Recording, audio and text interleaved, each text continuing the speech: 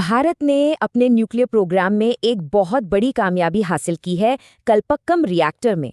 प्रधानमंत्री ने भी इसे देश के एनर्जी फ्यूचर के लिए एक बहुत ही अहम कदम बताया है। तो ये क्रिटिकलिटी आखिर है क्या?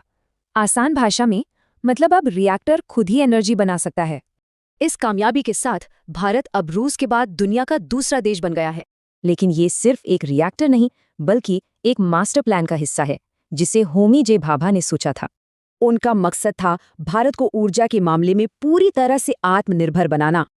पर एक बड़ी चुनौती थी फ्यूल की। भारत में यूरेनियम कम है लेकिन थोरियम बहुत ज्यादा। दिक्कत यह है कि थोरियम को सीधे इस्तेमाल नहीं कर सकते, उसे पहले फ्यूल में बदलना पड़ता है। तो भाभा का सल्यूशन था एक जीनियस 3 स्टेज प्रोग्राम जिससे थोरियम की ताकत इस्तेमाल हो सके। इसका मेन आइडिया है क्लोज्ड फ्यूल साइकिल, यानी कोई भी चीज वेस्ट नहीं होगी।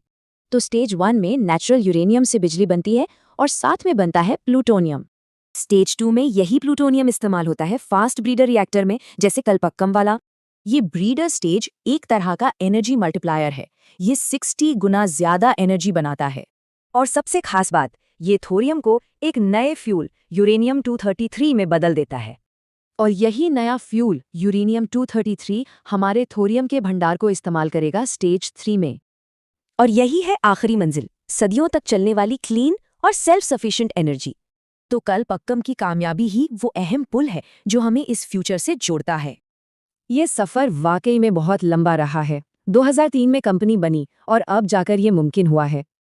देखिए, ये राह बिल्कुल आसान नहीं थी। कई बड़े देश भी इसे मुश्किल मानकर छोड़ चुके हैं। दशकों की मेहनत के बाद ये कामयाबी भारत को अपने न्यूक्लियर सपने के बहुत करीब ले आई है।